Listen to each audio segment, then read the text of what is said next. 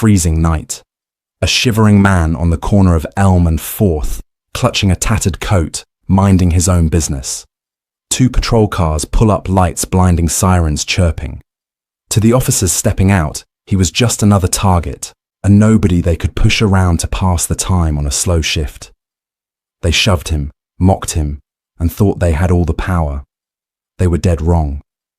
The man they were breaking was their new boss. The city of Oak Ridge was breathing its usual midnight breath, a freezing, damp exhale that smelled of exhaust stale beer and desperation. It was 2:14 a.m. on a Tuesday in late November. The streets were mostly barren, save for the occasional delivery truck rumbling over the pothole-scarred asphalt, and the stray dogs picking through the alley dumpsters behind the rusted-out shell of O'Malley's Diner. Sitting on a frost-covered bus bench, wrapped in a soiled, oversized, olive-drab military surplus jacket, was a man the world chose to ignore. He looked to be in his late 50s, his face obscured by a thick, unkempt greying beard and a heavy wool beanie pulled down low over his eyes. His hands, encased in fingerless gloves, were wrapped tightly around a styrofoam cup that had long since surrendered its warmth. To anyone driving by, he was just another piece of urban blight, a sad statistic of the city's crumbling social safety net. But beneath the layers of grime, the artificially scuffed boots, and the carefully applied scent of cheap whiskey and unwashed clothes, the man's mind was sharper than a scalpel. His name was David Caldwell. 3 weeks ago, he had been sworn in as the new chief of police for the Oak Ridge Police Department. David had not come to Oak Ridge to comfortably ride out his remaining years before a plush retirement. He had been specifically recruited by the mayor to perform an exorcism. For the past 4 years, the OPD, and specifically the 4th Precinct, had been hemorrhaging taxpayer money in brutality settlements, false arrest lawsuits, and civil rights violations.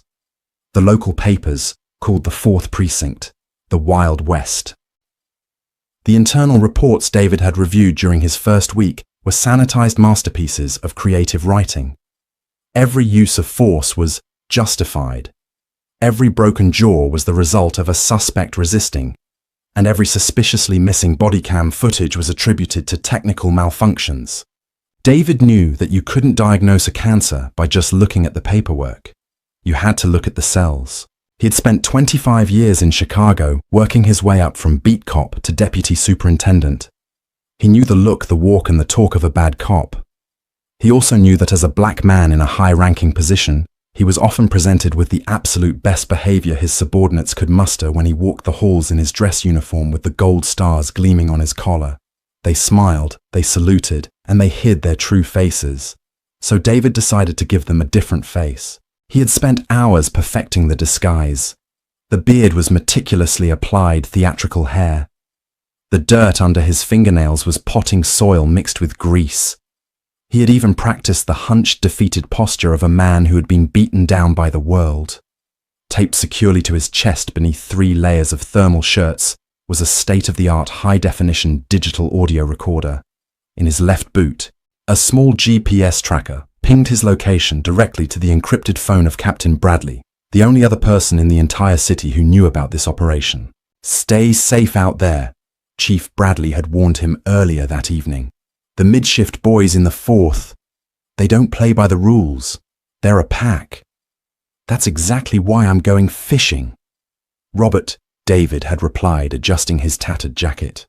"I need to know exactly what kind of predators are swimming in my waters." Now shivering on the bus bench, the freezing wind biting through the denim of his worn-out jeans, David waited.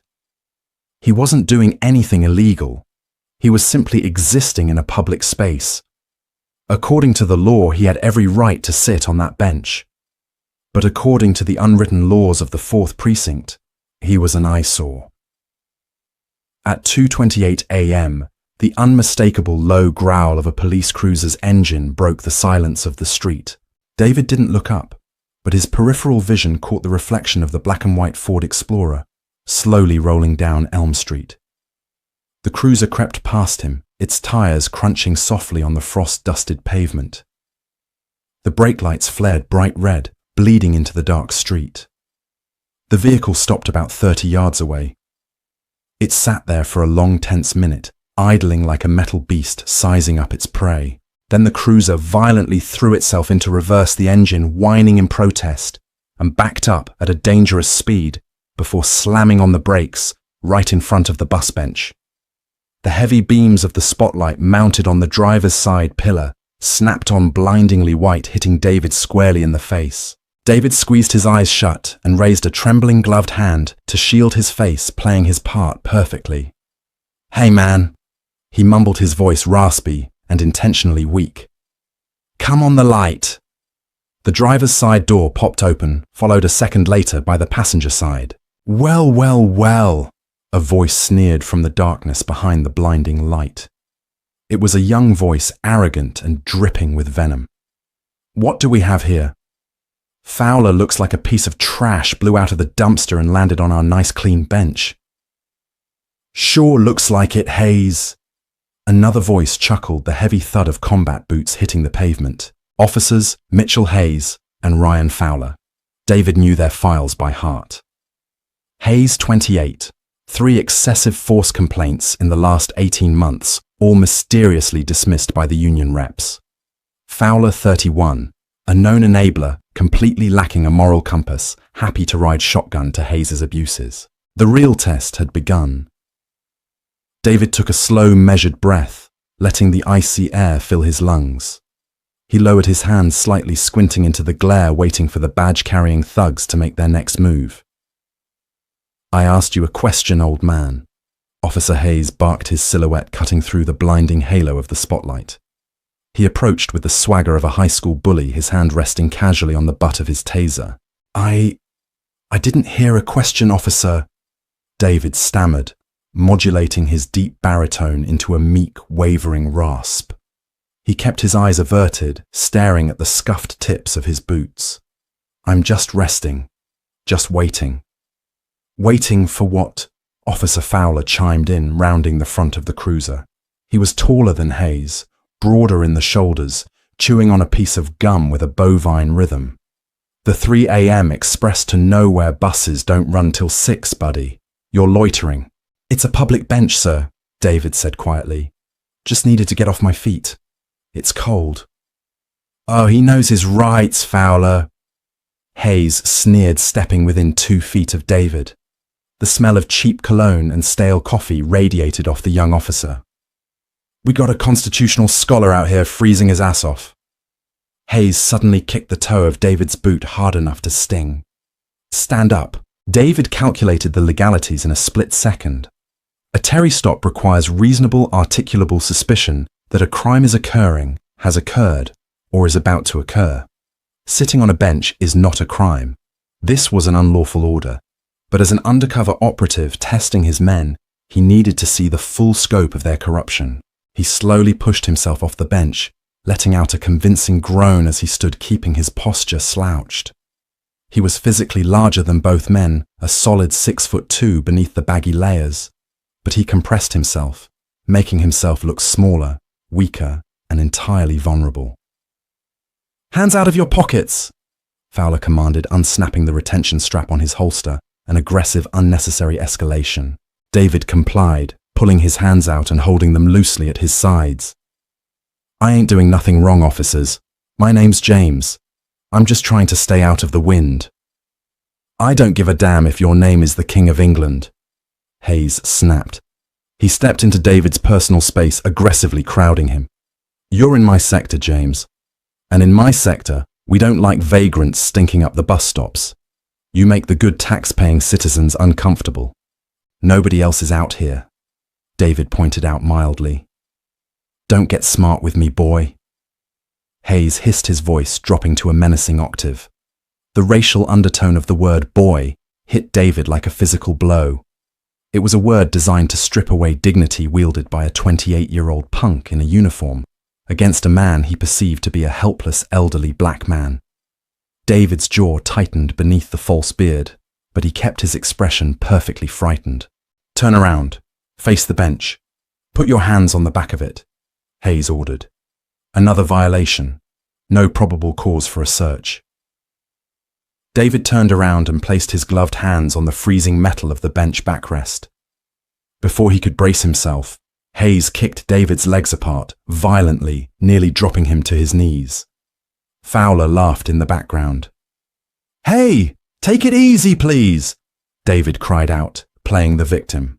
Hayes began a rough, invasive pat-down, his hands slapping aggressively against David's pockets, feeling down his legs and roughly pulling up the hem of his heavy jacket. David held his breath, praying the thick layers of thermals and the baggy nature of his clothes would conceal the flat digital recorder taped to his sternum. "What's in the pockets?" Hayes demanded, ignoring David's plea. He didn't wait for an answer. He plunged his hands into the deep pockets of the military jacket. He pulled out a crumpled pack of tissue, a few loose quarters, and a faded photograph of a young woman, a prop David had brought specifically to add humanity to his character. Hayes looked at the items under the street lamp, then deliberately let them fall from his hands. The quarters clattered on the pavement, rolling into the gutter. The photograph fluttered down, landing face up in a puddle of muddy slush. "Hey, that's my daughter!" David yelled, letting a genuine flash of anger slip into his voice. He moved to turn around and grab the picture. "Stay facing the bench!" Fowler roared, shoving David hard between the shoulder blades. David hit the cold metal of the bench, his chest heaving. "You got ID, James?" Hayes asked, seemingly amused by David's distress. "No, lost my wallet last week. I told you I'm just resting." "No ID, no address, loitering and resisting an officer." Hayes listed off, ticking the imaginary charges on his fingers. "Sounds to me like you're having a very bad night, Jimmy." "I didn't resist," David said, forcing his voice to tremble. "Please just let me get my picture and I'll walk away. I'll leave the sector." Hayes looked at Fowler and grinned. "He wants to leave the sector, Ryan. I think we should help him out with that. Don't you?" Fowler chuckled a dark, unpleasant sound. "Absolutely, Mitch. We're public servants. It's our job to provide transportation to those in need." David felt a cold knot form in his stomach. He knew exactly what they were talking about. In Chicago, they called it a rough ride. In other cities, it was a starlight tour. It was an old, ugly police tactic used to punish undesirables without the paperwork of an arrest. They would throw the victim into the back of a cruiser, drive them miles outside the city limits, into the freezing countryside, and dump them on the side of a dark road to walk back. In sub-zero temperatures, it was torture. In some tragic cases, it was a death sentence. "Put your hands behind your back," Hayes ordered, pulling a pair of steel handcuffs from his belt. "For what? What am I being arrested for?" David asked, turning his head. "You're not being arrested," Hayes whispered, stepping close enough that David could smell the mint gum trying to mask the scent of tobacco on his breath. "You're being relocated. Now give me your hands before I break your wrist." David allowed his hands to be pulled behind his back. The cold steel of the cuffs bit brutally into his wrists. Hayes ratcheted them far too tight, ensuring the metal dug into the bone. David bit the inside of his cheek to suppress a grunt of pain.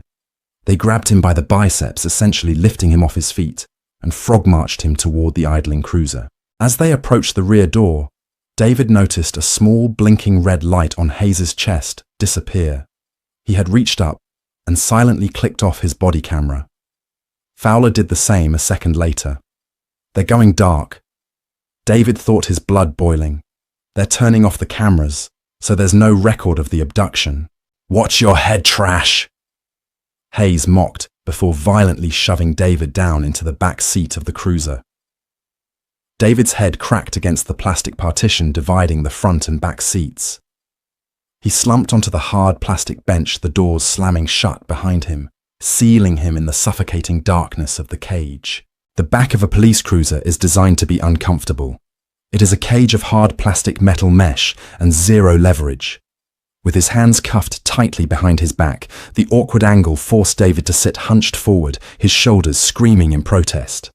The heavy plexiglass partition separating him from Hayes and Fowler was smudged and scratched, but it couldn't block out the sound of their voices. The cruiser shifted into drive and pulled away from the curb, leaving David's meager belongings and the photograph in the puddle behind in the desolate Oak Ridge night. "Central, this is 4, Adam 12. Fowler's voice crackled over the radio, sounding bored and entirely routine. Show us clear from Elm and Forth. No report. Resuming patrol. Copy 4-Adam-12. Dispatcher Chloe Bennett's voice replied, unaware that her officers were currently committing a felony kidnapping. God, I hate this shift. Hayes complained from the driver's seat, turning the heat up. The warm air blasted into the front cabin, but the vents to the rear cage remained securely closed. David was left to shiver in the freezing back seat, the cold seeping through his inadequate layers. Just 3 more hours, man, Fowler replied, tapping on his phone. Then we hit up that diner on 9th for the breakfast special. Sarah's working. Yeah, well, we gotta take out the trash first, Hayes said, glancing in the rearview mirror. His eyes met David's through the thick plexiglass. How you doing back there? Jimmy enjoying the ride? David didn't answer. He slumped against the plastic door panel, letting his chin rest on his chest. He was hyper-focused on the red recording light of the device taped to his chest. He needed them to keep talking. He needed them to dig their own graves so deep that not even the strongest police union attorney in the state could dig them out. He's giving us the silent treatment, Fowler laughed. You think he's going to complain to the mayor? Who's he going to complain to? Hayes scoffed. Look at him. He's a ghost, a nobody.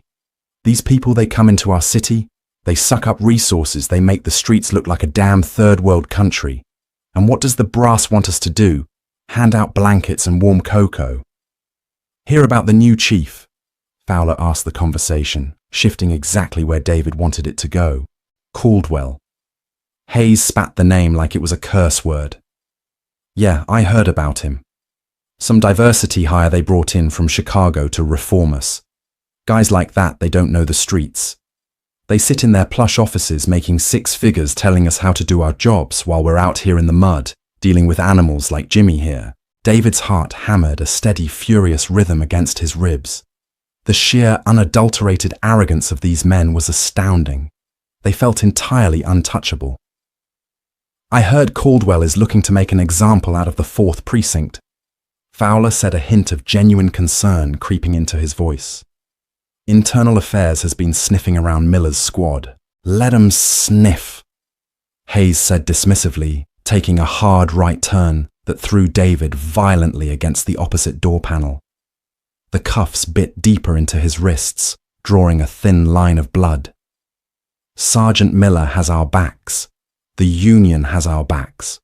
Caldwell is going to realize real quick that he can't run this city without us. If he pushes too hard, the blue flu hits. We all call out sick, let the city burn for a weekend. He'll come crawling back begging us to put the uniforms on. David memorized the name. Sergeant Miller. He was their immediate supervisor. If Miller was providing top cover for this kind of behavior, the rot went deeper than patrol officers. It meant middle management was actively conspiring to protect abusers. The city streetlights began to space out, becoming less frequent, as the cruiser left the urban density of Oak Ridge and headed toward the desolate county lines.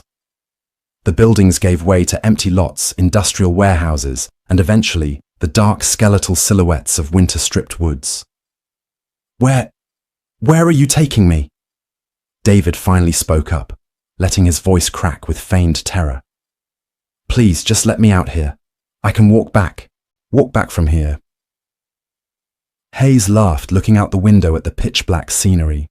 Nah, Jimmy, you need some exercise. Clear your head. We know a great spot. Very scenic. Lots of nature. It's freezing, David pleaded. I don't have a hat. My coat is thin. I'll freeze to death out here. Not our problem, Fowler stated coldly. You should have thought about that before you decided to make our city look ugly. Consider this a motivational seminar to relocate to a different county. They were crossing the boundary line. The city limits of Oak Ridge ended at the crossing of the Blackwood River Bridge. The cruiser rumbled over the metal grating of the bridge, the tires singing a hollow, eerie tune. The temperature outside had dropped to 12 degrees Fahrenheit. The wind chill was well below zero. Dumping a man out here without proper winter gear, 10 miles from the nearest open business, was not just cruel, it was attempted murder. Hayes pulled the cruiser onto a gravel turnout near the edge of a dense, unlit pine forest. The tires crunched to a halt. He shifted the car into park and turned off the headlights, plunging the vehicle into total darkness. Only the ambient glow of the police dashboard illuminated the cab. "End of the line, Jimmy," Hayes said, unbuckling his seatbelt. Fowler stepped out first, drawing his heavy maglite flashlight. He walked around to the rear passenger door and yanked it open. The biting wind instantly rushed into the cage, hitting David like a wall of ice. "Out!" Fowler commanded, grabbing David by the collar of his jacket and hauling him out of the vehicle. David stumbled, his legs stiff from the cold and the awkward seating position. He landed hard on his knees in the frozen gravel. Fowler didn't offer a hand. He just stepped back, shining the blinding beam of the flashlight directly into David's eyes. Hayes walked around the back of the cruiser, his boots crunching loudly. He reached down, grabbed David by the arm, and hauled him to his feet. "Turn around!" Hayes barked. David turned, presenting his cuffed hands. He felt the cold metal of the key slide into the lock. The cuffs clicked open, and David immediately brought his arms forward, rubbing his raw, bleeding wrists. "Now listen to me very carefully, Jimmy," Hayes said, stepping close, jabbing a rigid finger into David's chest, right over the hidden recorder. "If I ever see your ugly face in my city again, I won't be this nice. Next time, I'll find some drugs in your pocket and you'll spend the next 5 years in a concrete box. You understand me?" David looked down at the arrogant young officer. For a brief second, the facade of the terrified, broken homeless man slipped. David Caldwell's posture straightened, his shoulders squaring up. The aura of command and authority radiating from him was palpable, causing Hayes to involuntarily take a half step back, confused by the sudden shift in the old man's demeanor. "I understand exactly what you are," David said, his voice dropping the wavering rasp. It was deep, resonant, and entirely steady. Hayes frowned, his hand instinctively, dropping to his taser again. "What did you say to me, trash?" David immediately slouched back down, shrinking into the character. "I said I understand, officer. I won't come back." Hayes stared at him for a second longer, unnerved, but unable to articulate why. He shook his head, regaining his bravado. "Start walking, Jimmy. Keep your eyes forward." Hayes and Fowler climbed back into the warm cruiser. The engine revved, the tires spun slightly in the gravel, and the vehicle tore off down the dark county road, its taillights quickly fading into the oppressive blackness of the night. David Caldwell was left standing alone in the freezing darkness, 10 miles from civilization. He waited until the sound of the cruiser's engine was completely swallowed by the wind. Then he stood up straight. He reached down into his left boot, feeling the small rectangular shape of the encrypted GPS tracker. He tapped the single button on its face 3 times in rapid succession. The SOS signal. Within 10 seconds, his concealed earpiece chirped to life. "Chief Caldwell, this is Captain Bradley." The voice came through crisp and urgent. "We have your distress ping. Are you secure?" "I am secure, Robert," David replied, his breath pluming in the freezing air.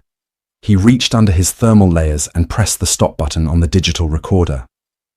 "The package has been delivered, and we have everything we need." "Copy that. I have 3 unmarked units vectoring to your location now. ETA is exactly 6 minutes. Stay out of the wind, sir." "Make it quick, Robert," David said, staring down the dark, empty road where his officers had vanished.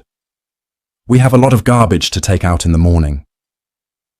The piercing glare of halogen headlights cut through the desolate county woods, fracturing the absolute darkness. 3 unmarked black Chevy Tahoes roared up the gravel turnout, their tires kicking up a storm of frost and dirt. Before the lead vehicle even rocked to a complete halt, the passenger door flew open. Captain Robert Bradley, a seasoned veteran with a face weathered by 30 years of city homicides, stepped out into the freezing wind. He held a heavy wool blanket in one hand and a thermos of black coffee in the other. "Chief," Bradley called out, his voice fighting the howling wind. David Caldwell stepped out from the tree line, his false beard dusted with frost, his shoulders shivering uncontrollably despite his iron will. He looked every bit the broken vagrant the patrolman believed him to be, but the fierce, unyielding fire in his eyes told a completely different story. Get in, Bradley urged, wrapping the thick blanket around David's shoulders and ushering him into the cavernous heated back seat of the Tahoe. Waiting inside with an open laptop was Detective Laura Hastings, the lead investigator for internal affairs. She was notoriously ruthless, a bulldog of a detective who had built a career dismantling corrupt narcotics units. Tonight, she was Caldwell's chosen executioner. "Sir," Hastings said, her eyes widening slightly at the sight of the chief of police looking like a discarded piece of street trash. "Let's get to work, Laura." David said, his voice raspy from the cold, his hands shaking as he accepted the scalding thermos from Bradley. He took a long, painful sip, feeling the heat radiate down his throat and into his frozen chest. He reached under his layers, ripped the surgical tape off his sternum with a wince, and handed the digital audio recorder to Hastings. Hastings plugged the device into her laptop. Within seconds, the crisp, undeniable audio of the last 45 minutes filled the quiet cabin of the SUV. They listened in silence. They heard the unlawful order, the aggressive physical contact, the blatant violation of civil rights, and the terrifying mocking cruelty of the Starlight Tour. When Hayes's voice crackled through the speakers saying, "Consider this a motivational seminar to relocate to a different county," Hastings's jaw tightened into a hard, unforgiving line. "Unbelievable," Bradley muttered, staring out the window at the bleak landscape. 10 miles out, in 12-degree weather. If you were actually an elderly homeless man, David, you'd be dead by morning. "That's the point, Robert," David said, his voice steadying as the Tahoe sped back toward the city limits. "And they didn't care. But here is the piece that matters most. Play back the audio at timestamp 1420, Laura." Hastings clicked the mouse. "Sergeant Miller has our backs. The Union has our backs." Hayes's arrogant voice filled the car again. "Thomas Miller," Hastings said, typing the name into her database. 20-year veteran. He's been running the mid-shift at the 4th for 6 years. We've had a dozen anonymous tips about a protection racket over there, but no one ever steps up to testify. The victims are always transients, prostitutes, or undocumented immigrants, people who can't or won't go to the authorities. David leaned forward, the heat of the vehicle finally thawing the ice in his bones. "It's not just a few bad apples, Laura. It's an orchard rotting from the roots up. Miller is contracting his officers out as a private, off-the-books enforcement squad for local business owners. He clears the undesirables out of the commercial districts, completely bypassing the judicial system. And I guarantee you, he is taking a cash cut from those businesses for the service. We have them on kidnapping, false imprisonment battery, and conspiracy to violate civil rights." Hastings listed, her fingers flying across the keyboard to draft the emergency warrants. "Federal charges, Chief, not state. I'm waking up the U.S. Attorney for the district right now." "Do it," David commanded. "And Robert, I want a full tactical lockdown of the 4th Precinct at 0645 hours. Nobody goes in, nobody comes out. You confiscate the duty weapons of Hayes, Fowler, and Miller the second they cross the threshold." "What about the Union?" Bradley asked, playing devil's advocate. "The moment we move on Miller, they'll threaten a walkout. Let them." David said, his eyes hard and cold as the city skyline came back into view. "I'd rather patrol this city by myself than employ men who leave the vulnerable to freeze to death in the dark. Drop me at headquarters, Robert. I need a shower, a razor, and my uniform." 2 hours later, the transformation was absolute. Gone was Jimmy, the shivering, hunched vagrant in the soiled military jacket. Standing in front of the full-length mirror in the chief's private suite was David Caldwell. The theatrical beard was washed away, revealing a strong, square jaw and sharp, calculating eyes. He wore a crisp, midnight blue dress uniform, perfectly tailored. The 4 gold stars on his collar gleamed under the fluorescent lights. His brass nameplate, Caldwell, sat perfectly level above his left breast pocket. He didn't just look like a police chief. He looked like a force of nature. "Time to go hunting," David whispered to his reflection. He grabbed his service weapon, snapped it into his holster, and walked out of the office. The storm was ready to break. The roll call room of the 4th Precinct smelled exactly how it always did at 6:45 a.m., a potent mixture of damp wool gun oil, cheap glazed donuts, and stale coffee. The room was packed with 30 officers transitioning between the grueling night shift and the incoming day shift.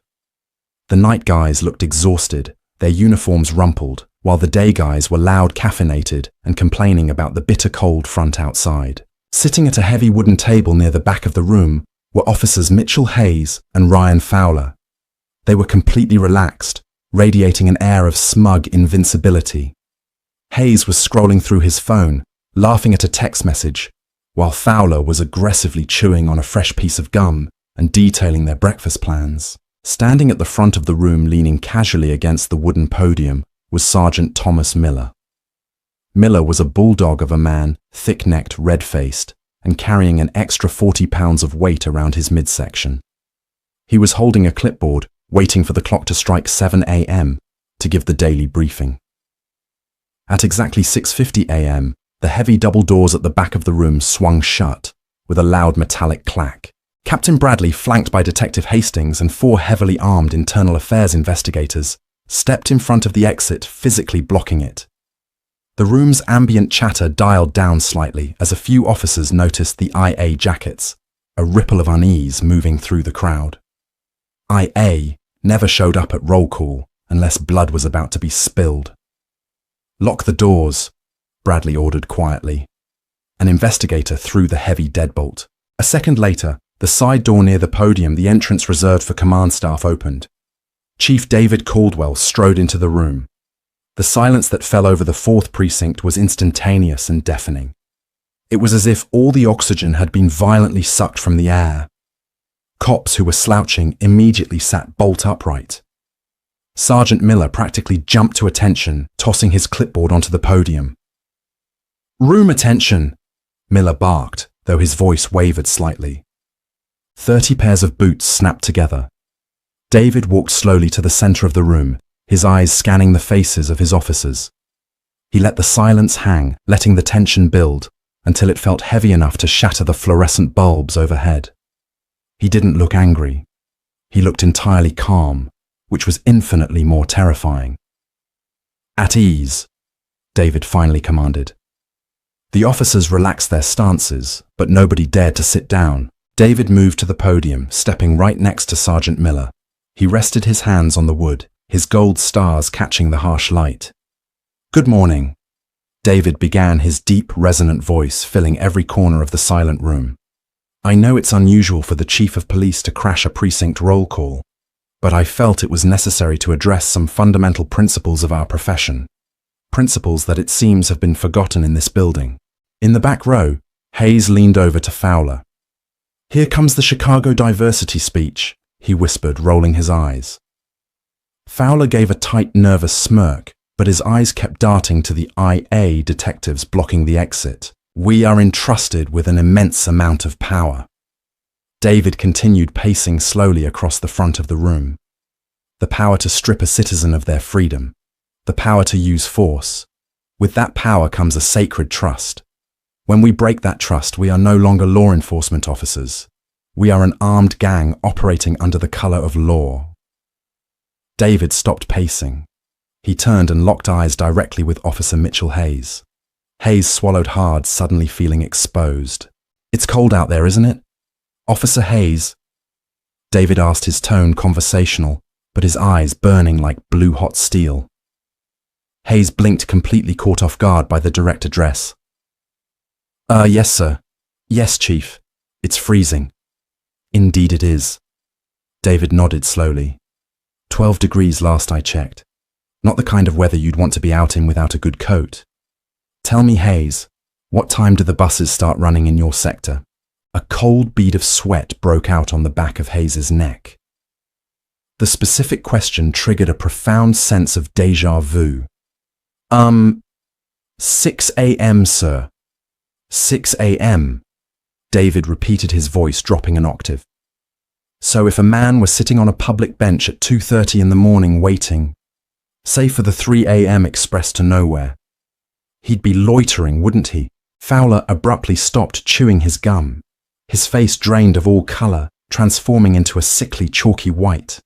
He stared at the chief, his mind frantically trying to process the impossibility of the words he was hearing.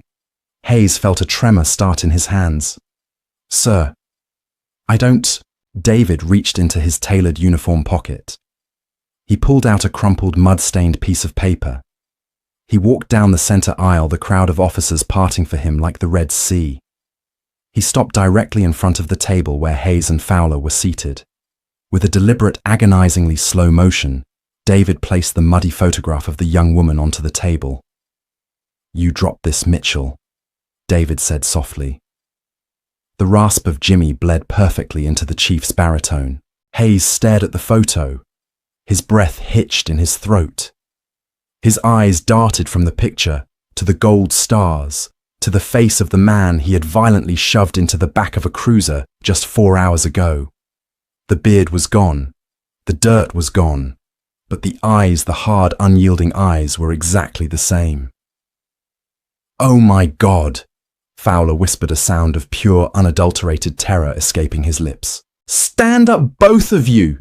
David roared, the sheer volume and authority of his voice making half the room flinch. Hayes and Fowler scrambled to their feet, their knees shaking so violently they could barely hold their own weight. David turned his back on them and looked at Detective Hastings. "Laura, play the tape." Hastings pulled a wireless speaker from her tactical vest and tapped her phone. The audio filled the quiet room. "Put your hands behind your back." "For what?" "What am I being arrested for?" "You're not being arrested.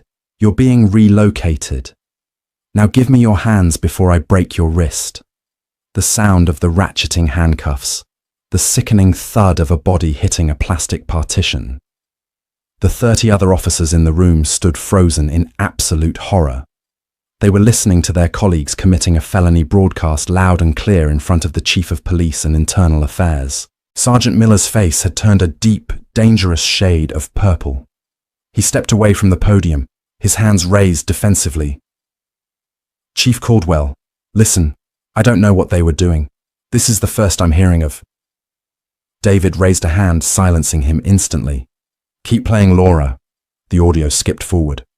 "Sergeant Miller has our backs. The Union has our backs. Caldwell is going to realize real quick that he can't run this city without us." David slowly turned his head to look at Sergeant Miller. The veteran sergeant was physically shaking his career, his pension, and his freedom evaporating right before his eyes. "It seems you have their backs, Thomas," David said, his voice laced with absolute disgust. "And I have the Federal Bureau of Investigation, the United States Attorney's Office, and the full weight of the Constitution." David looked back at Hayes and Fowler. The arrogant, untouchable bullies from the night before were entirely gone. In their place were two terrified boys realizing that their lives were over.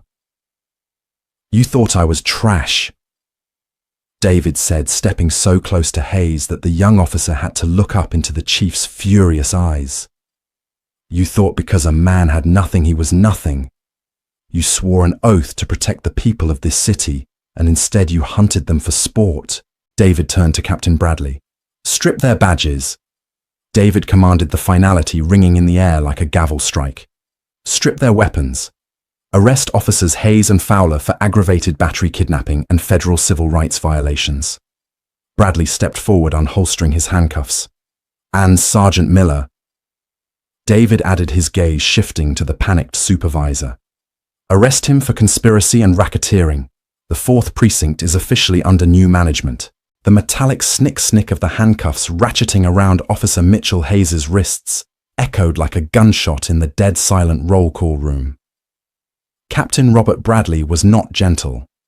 He wrenched Hayes' arms backward, mirroring the exact brutal angle Hayes had used on the chief hours earlier. Hayes gasped, his face buried in the polished wood of the table, his service weapon and brass badge already stripped and lying uselessly near the muddy photograph of the fictional daughter. Fowler didn't even resist. When Detective Hastings approached him, the towering, broad-shouldered cop simply held out his hands, weeping openly.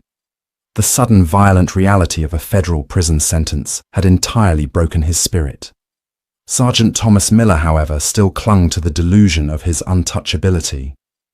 As two internal affairs investigators grabbed his biceps, he thrashed violently. "Get your hands off me!" Miller spat his face a mask of panicked rage. "I'm a 20-year veteran. You can't do this, Caldwell. The fraternal order won't stand for this ambush. I want my union rep right now." As if summoned by the sheer desperation in Miller's voice, the heavy deadbolt on the back door clicked, and a frantic pounding echoed through the room. Captain Bradley nodded to an investigator who cracked the door open. A man in a sharp, expensive charcoal suit shoved his way into the room. He was clutching a leather briefcase and breathing heavily. It was Richard Kincaid, the high-priced defense attorney retained by the police union, known throughout the state for making excessive force charges magically disappear. "What the hell is going on here?" Kincaid demanded, his voice booming with practiced courtroom authority. He took in the sight of the handcuffed officers and the grim faces of IA. "Chief Caldwell, I am ordering you to halt these proceedings immediately. My clients are invoking their right to counsel, and unless you have a legally binding warrant, this is an illegal detainment." David Caldwell did not flinch. He slowly stepped away from the podium and walked toward the high-powered attorney. He towered over Kincaid, the gold stars on his collar gleaming ominously. "Mr. Kincaid," David said, his voice entirely devoid of emotion, "you are trespassing in a secure law enforcement facility during an active federal raid." "Federal raid?" Kincaid scoffed, though his eyes darted nervously to the IA agents. "You don't have the jurisdiction to authorize—" "I don't. The Department of Justice does."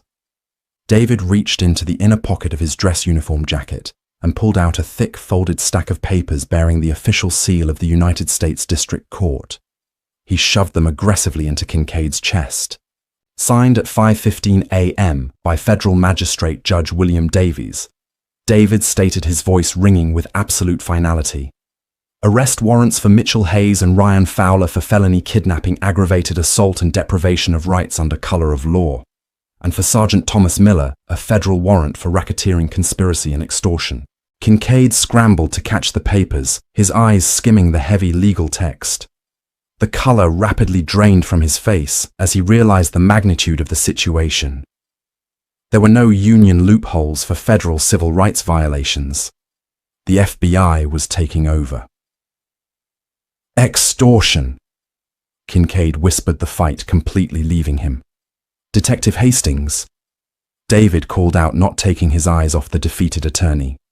"Update the room on the simultaneous operation." Laura Hastings stepped forward, holding her tablet. At 0600 hours, an FBI tactical team raided Sergeant Miller's private residence and his precinct locker. "We secured 3 physical ledgers documenting off-the-books cash payments from 18 different local business owners. Payments made specifically to Miller's squad in exchange for the illegal intimidation assault and relocation of homeless individuals and minorities from the commercial district." A collective gasp swept through the remaining 30 officers in the room. The casual brutality was one thing, some of them had suspected it and turned a blind eye, but a calculated, organized crime syndicate running out of their own precinct. The shame in the room was palpable. "You see, Richard," David said softly, stepping back from the attorney, "this isn't an internal review. This isn't a paid administrative leave. This is an eradication. Now step aside, or I will have you arrested for obstructing a federal investigation." Kincaid swallowed hard, clutching his briefcase. He looked at Miller, who was staring back at him with wide, pleading eyes. Kincaid slowly shook his head and took 2 steps back, pressing himself against the concrete wall. The blue wall of silence had just been pulverized. "Captain Bradley," David commanded, "take the garbage out." The perp walk was a spectacle. Instead of sneaking the disgraced officers out the back, David ordered them march straight through the main bullpen of the 4th Precinct. Dozens of detectives, desk sergeants and civilian clerks watched in stunned silence as Hayes, Fowler and Miller were led out in steel cuffs, their uniforms stripped of their badges, their heads hung low in ultimate disgrace. When they were finally loaded into the back of the armored federal transport vans waiting outside, David stood on the precinct steps, the freezing wind whipping at his uniform.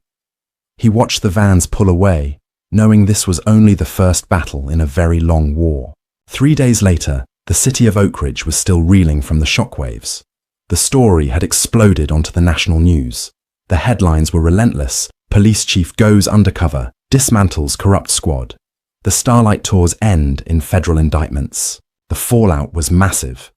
The Department of Justice announced a sweeping top-to-bottom audit of the entire Oak Ridge Police Department. 4 more officers from the 4th Precinct, terrified by the federal charges against Miller, voluntarily turned in their badges and agreed to cooperate with prosecutors in exchange for leniency. The cancer was being excised cell by corrupt cell. At noon on Friday, a massive press conference was assembled on the grand marble steps of City Hall. Hundreds of reporters, community activists, and ordinary citizens crowded the plaza. The air was electric, with a mixture of anger relief and cautious optimism. Standing behind a cluster of microphones was Mayor Thomas Harrison, looking incredibly grave. But the man the city was waiting for was standing right beside him. Chief David Caldwell stepped up to the podium. The flashes of cameras strobed violently, a blinding barrage of light that rivaled the spotlight Hayes had used to blind him in the freezing dark. David looked out over the sea of faces. He saw the marginalized, the forgotten, and the broken, the very people he had disguised himself to protect. He placed his hands on the edges of the podium, grounding himself. 3 days ago. David's deep, booming voice echoed across the plaza, instantly silencing the murmuring crowd. I took a walk through the streets of this city. I did not wear these stars. I did not wear this uniform. I wore the clothes of a man who had fallen on hard times.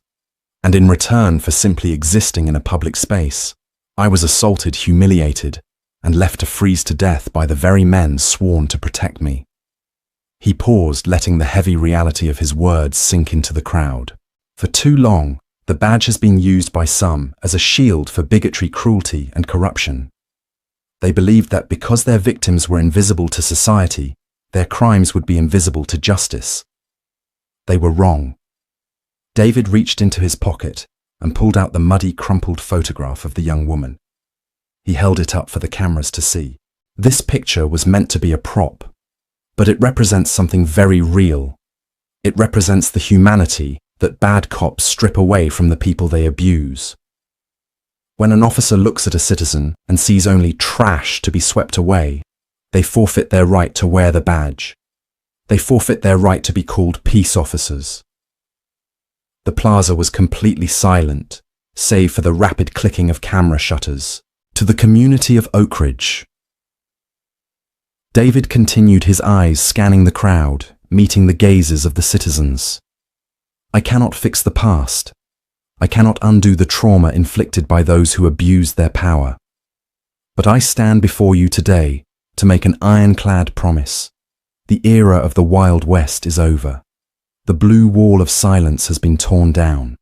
From this day forward, accountability is not a buzzword in this department. It is a mandate. He lowered the photograph, his jaw set with fierce determination. We will root out the bullies. We will expel the predators. We will build a police force that serves this city with honor, with empathy, and with absolute unwavering justice. Thank you. The applause started slowly rippling through the front rows of community organizers before erupting into a deafening roar that echoed off the towering glass buildings of the city skyline. It wasn't just applause. It was the sound of a fractured city finally taking a breath of clean air. Hours later, the sun began to dip below the horizon, painting the sky in bruised shades of purple and orange. David Caldwell sat alone in his quiet office at police headquarters. The adrenaline of the past 3 days had finally faded, leaving a deep, bone-weary exhaustion in its wake. He knew the fight was far from over. The union would push back. The systemic rot would take years to fully cleanse. There would be more long nights, more battles, and more resistance. He leaned back in his leather chair and looked down at his expansive mahogany desk. Right next to his gold-plated nameplate framed in simple, elegant glass was the muddy, crumpled photograph of the fictional daughter. He kept it there not as a prop, but as a permanent reminder. A reminder of the freezing cold, the biting steel of the handcuffs, and the absolute necessity of staying vigilant. As long as there were predators hiding behind a badge, David Caldwell would be waiting for them in the dark. If you felt your heart pounding during this fight for justice, don't let the story end here. Like this video to show your support for real accountability and true leadership. Share this incredible story with your friends and family to spread the message that nobody is above the law.